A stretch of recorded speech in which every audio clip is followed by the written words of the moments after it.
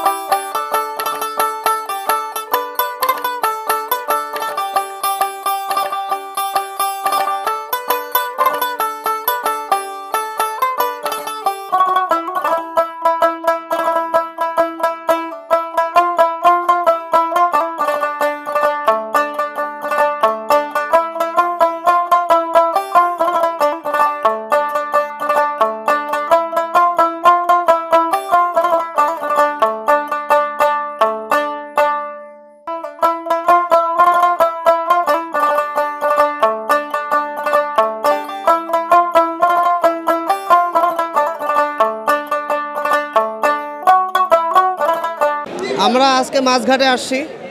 আমার বন্ধুরা ঢাকা থেকে আসছে মাছ দেখার জন্য। মাছ যদি পছন্দ হয় মাছ কিনবে।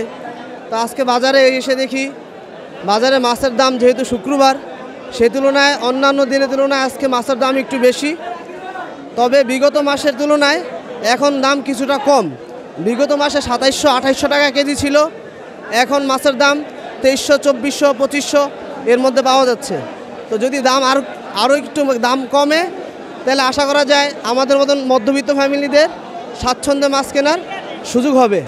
আমরা আশা করি ইনশাআল্লাহ এই মাছের দামটা আরেকটু কমবে। আজকে মোটামুটি অন্যান্য দিনের তুলনায় আসলে মোটামুটি একটা নেওয়ার মতো অবস্থানে আছে, যে মানুষ নিতে পারবে। তো আলহামদুলিল্লাহ, যত বাড়বে মাছ এবং কি ঘাটে যত বেশি মাছ আসবে, ততটাই আসলে নেওয়ার জন্য উপযোগী হবে, মানুষে নিবে এবং কি মাছের দামটা আরও দিন দিন কমবে, বাড়বে না ইনশাল্লাহ। আমি আশা করবো যেন এই মাছ ঘাটে আরও বেশি মানুষ আসে এবং বেশি মাছ আসলে বেশি নিতেও পারবে। অবশ্যই আমরা যারা ছোটোখাটো উদ্যোক্তা এবং আমাদের পেজগুলো সারা বাংলাদেশে মোটামুটি পরিচিত আছে, তার ভিতরে যদি আমরা সবসময় ঘাট থেকে ক্যাশ অন ডেলিভারিতে দিয়ে থাকি, সারা দেশে দিয়ে থাকি। মাছ পাওয়ার পরে আমাদেরকে টাকা, হ্যাঁ অবশ্যই মাছ পাওয়ার পরেই আমাদেরকে টাকা দিবেন। এই ইলিশ উৎসবে আপনারা অন্যান্য অনেক পেজ আছে ভুয়া, যেমন টাকা নেওয়ার পরে ব্লক করে দেয়।